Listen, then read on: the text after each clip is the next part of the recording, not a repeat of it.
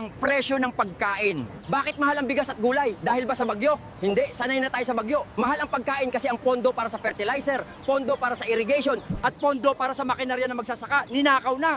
Isipin mo, kung yung bilyong-bilyong pondo sa agriculture ay talagang nakarating sa magsasaka, di sana mura ang puhunan nila. Di sana mura ang benta nila sa palengke. Pero dahil kinupit ni congressman at ni department head ang pondo, ang magsasaka uutang sa 5-6, mahal ang puhunan. Kaya pagdating sa palengke, mahal ang benta. Tayo ang pumapasa ng kickback na kinain nila. Yung presyo ng sibuyas na ginto, epekto yan ng sindikato na protektado ng politiko. Pangalawa, ang presyo ng biyahe at logistics. Bakit mahal ang presyo ng bilihin? Kasi mahal ang transportasyon. Bakit mahal ang transportasyon? Kasi ang mga kalsada, sira-sira, traffic. Bakit sira ang traffic? Kasi yung budget sa kalsada, 90% kickback, 10% lang ang semento. Dahil lubak-lubak ang daan, mabilis masira ang truck ng delivery. Matagal ang biyahe. Ang gastos ng negosyante sa repair at gasolina, ipapasa sa atin. Idadagdag sa presyo ng bilihin. Kaya bawat kagat mo ng pagkain, may hidden charge doon. Yun ay ang cost of corruption sa kalsada.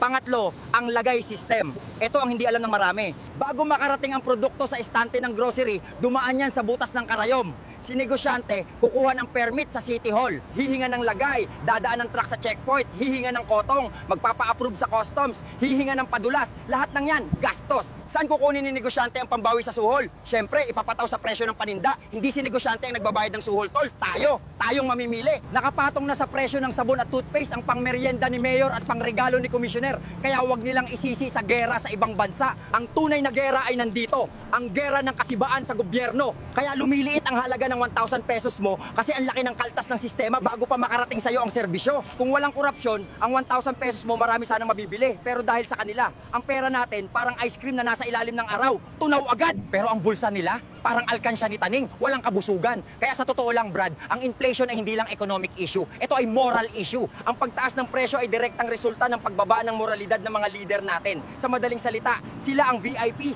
tayo ang RIP. Kaya sa susunod na sabihin nilang, pasensya na, mahal ang bilihin dahil sa world market, huwag kang maniniwala. Tignan mo ang lifestyle nila. Tignan mo ang sasakyan nila. Tignan mo ang